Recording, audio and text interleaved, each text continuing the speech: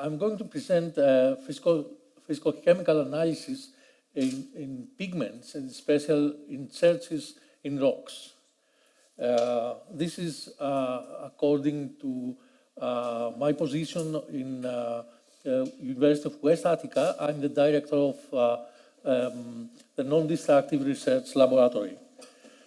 And what I'm doing over there, I use several spectrometry techniques, like all these are portable instruments, so that I can take the instruments and go to the specific places, to the museums, or to the galleries, or to excavation sites, or to the rocks, as you will see in a few minutes.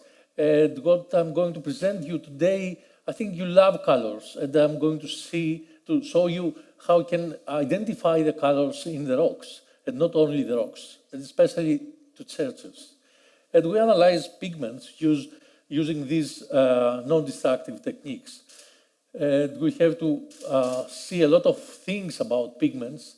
I use, as you can see over there, portable instruments, non-destructive techniques, and of course with high spatial resolution.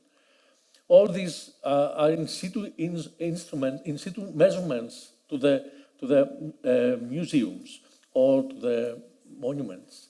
And I'm going to present you the Raman spectrometry. Is a very interesting technique, because we have the possibility to do the fingerprinting to the pigments and to analyze these pigments.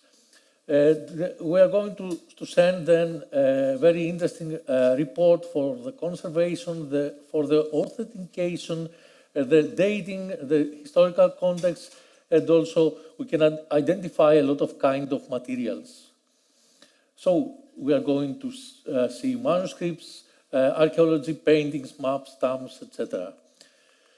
And this is the responsible person for this measurement, is the Sir Raman, and he takes the Nobel Prize for his work in Raman spectroscopy. And the next technique against Raman is SERS.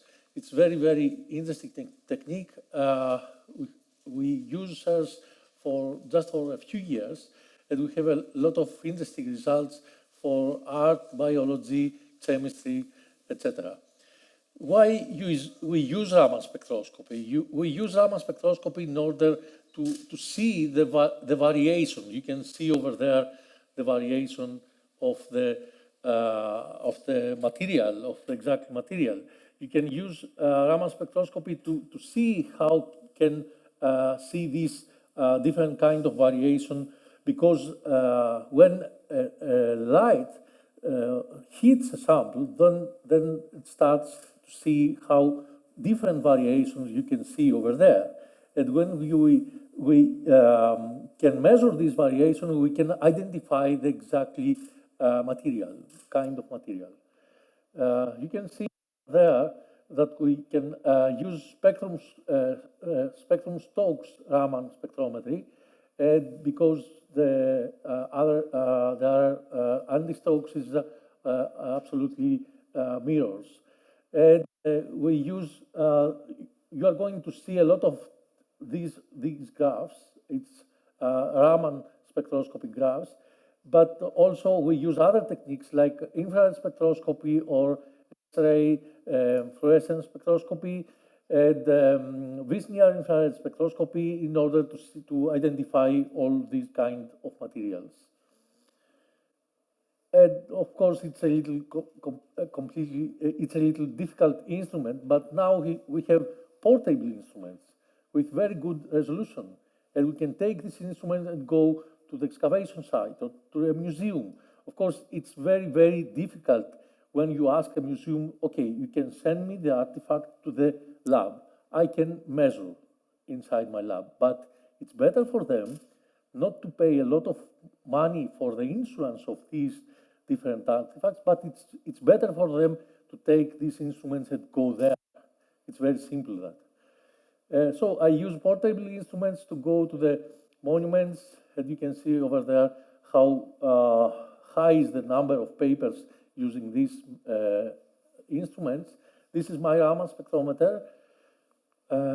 it's a portable instrument. You can see that using this Raman, we have the real Raman peaks.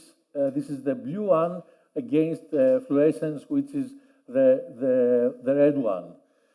So we can do identification. I can using this technique different kind of database. This is the database inside the instrument, so we can identify that is fluorite or quartz or zadeite. But also I can use different kind of database from this one is RAF. It's an open database from USA, and also this is from UCL. UK.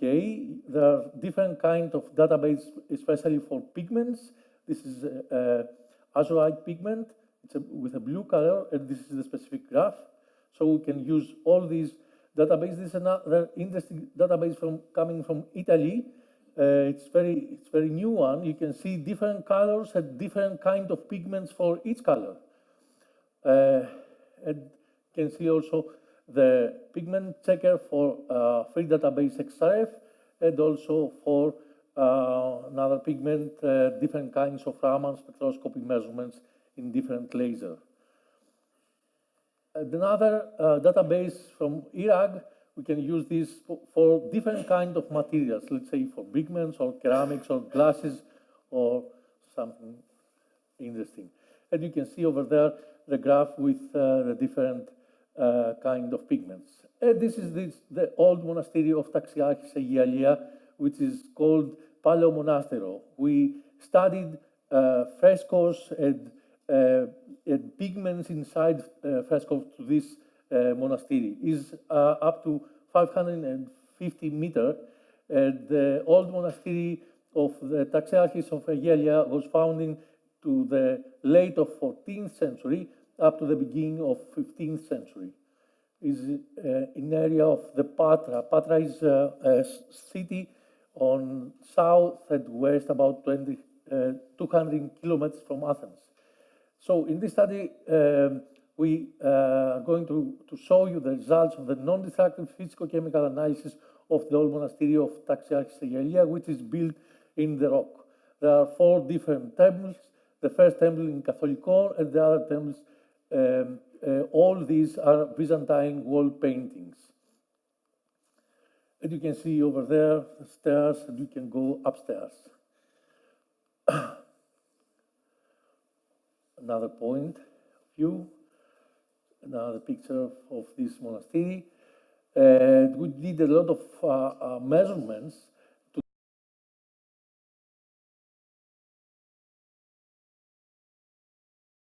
17th century. And you can see the reputation of the new monastery of Taxiarchis of Agialia during the 15th and the 18th century was great throughout the Peloponnesus. You can see frescoes over there, the paintings. And now, in these pictures, you can see how difficult it is to walk, because we have to measure up to the 4 or 5 meters, and you have to go up, and we have all these instruments with us. And this is different kind of measurements for different samples with ochre, blue, light, brown, white, red, and other colors. And we, according to the Raman spectroscopy analysis, we identify the blue pigments, the red pigments, the brown pigments, and we identified through different kind of blue. The first one is azurite, different kind of blue, and the other one is lapis. It's more expensive pigment. You can see all different pigments that we identify: lead tin, white, gypsum, carbon, red ochre, and cinnabar. It is a toxic pigment. It's very, very interesting to work in such different kind of samples.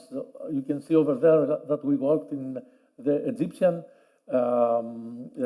part of the Archaeological Museum of Athens, and also we did measurements to other artifacts. I would like to present you number of measurements to the Byzantine Museum of Athens, because I have the possibility to work over there and to identify about 300 different artifacts, which made from different kind of, in the most cases, semi-precious stones. This is from nephrite. We identify also the provenance of this kind of material, which is coming from Pakistan. And this is a lapis. Lapis is coming from Afghanistan, from a specific place. And you can see lazurite. And also we have the chance to identify the lapis against sodalite. There is a very, it's very close colors. When you use lapis, this is a typical lapis. This is the color using the spectrometer. This is the typical Raman peak, which can identify using this Raman peak over a very strong peak of lapis. But always, it's not so easy, as you can see, because there are a lot of phenomena like fluorescence over there, that you can see the peak under the sample. But when you use a laser with another level, then you can see the real peaks down of this fluorescence. And this is over there. That's it. So we can identify the real material in this case, which is lapis. But in a few cases, they use other kind of materials like sodalite, which is, or nephrite, which are very similar, but it's cheaper. This is sodalite. You can see the color to the left and to the right. It's very close to lapis, but it is not lapis. Okay. This is also sodalite, the upper one at the bottom, also sodalite. There is no peak for lapis. And this is also sodalite. I measured about 300 different artifacts, lapis and sodalite, from the Byzantine Museum. It's a very wide collection.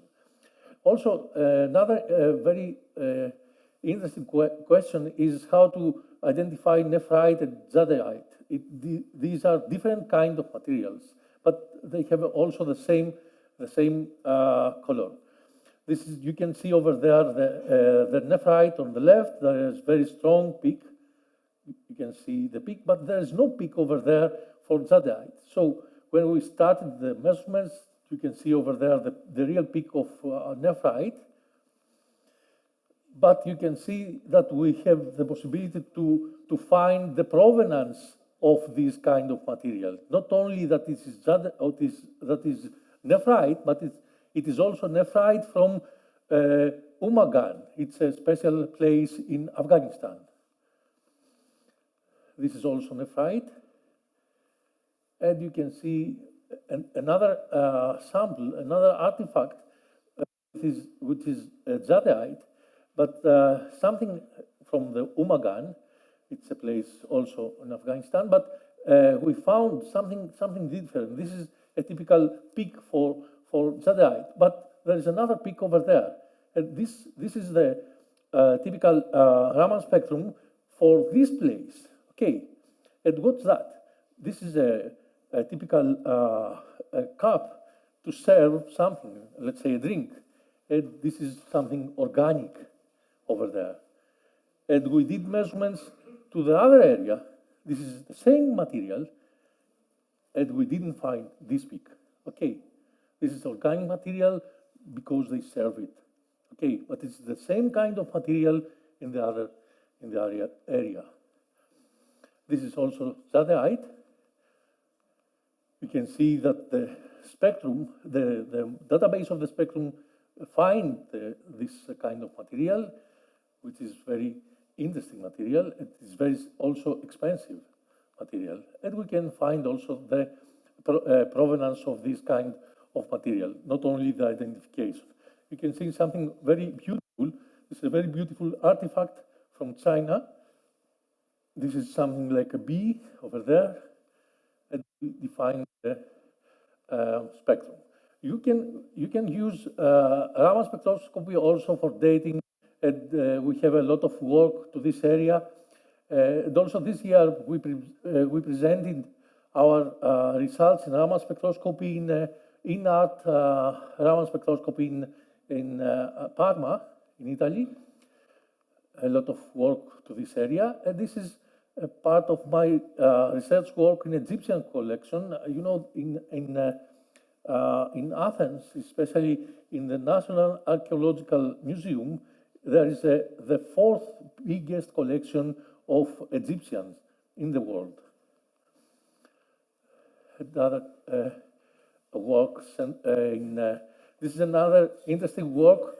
We present over there the printed book of Sorio, who identified pigments in these kind of books in a place in Croatia.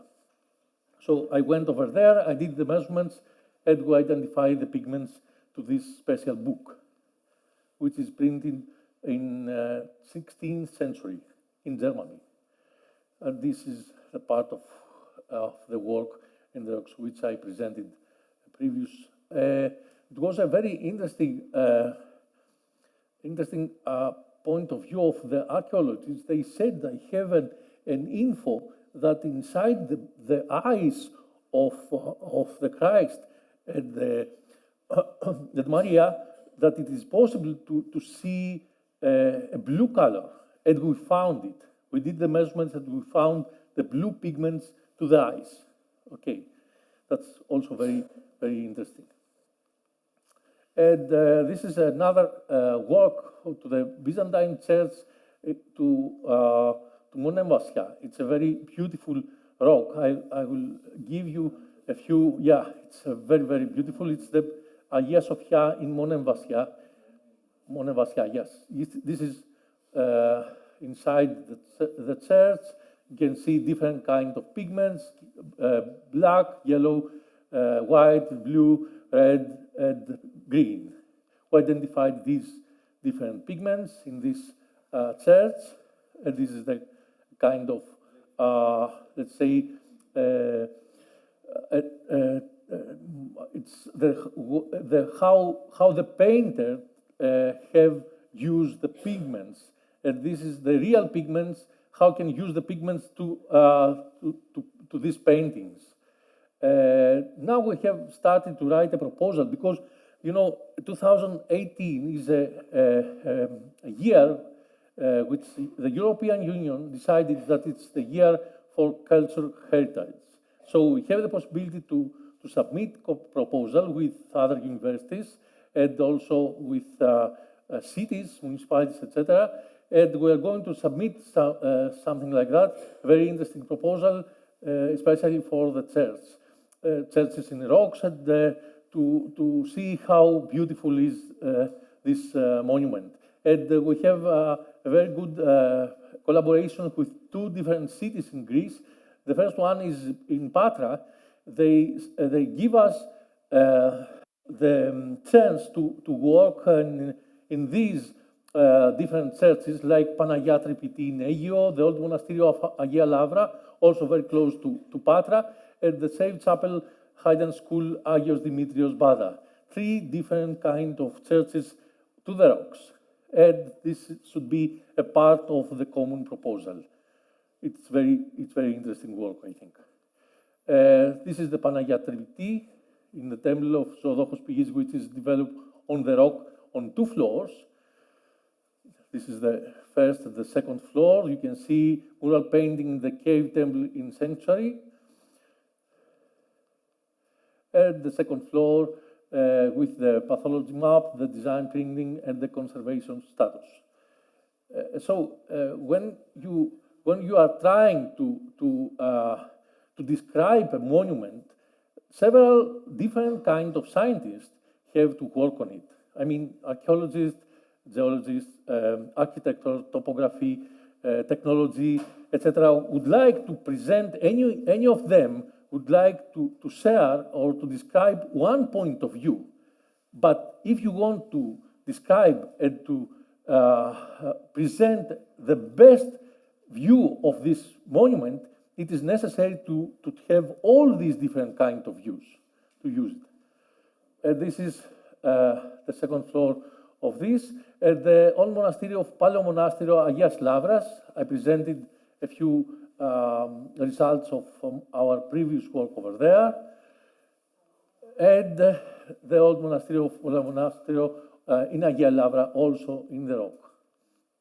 And the third one is the Krifoskolio of Agiou Dimitriou. It's another church, very, very old church, 12th century, in the prefecture of Achaia. You can see over there the church in caves, different kind of caves. And the second one is the church of Agia Sophia. Agia Sophia is a very famous church in Greece because it's in the top of this rock. And the rock here is the name Monemvasia. I think it is possible to know Monemvasia because it's a very interesting rock. It's a castle over there in the area of Monemvasia. The church of Agia Sophia is in the part of Peloponnesus. It's a very old and very beautiful church. It's, I think, they established in 12th century by the Byzantine Emperor Andronicus, and it was dedicated to Panagia of the Ytria, which means the Virgin who leads the way. And also later, in the Venetian times, it was converted into a Catholic convent. After the Greek independence, it was dedicated to the Winsome of God. It was named Agia Sophia. This is comparison with the Agia Sophia in Constantinopolis. This is typical painting at first goes inside the church. And you can see over there the Monemvasia, which is the little historical city built inside the rock. There is also a bridge of 130 meters. And the name Monemvasia, it's a Greek word which means the only access. Moni embassy, it means the only access. There are two different words in one word. Okay, something?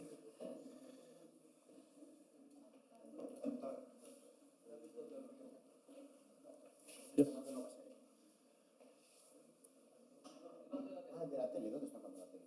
Oh, it's okay. Okay. Okay, that's it. Thank you very much.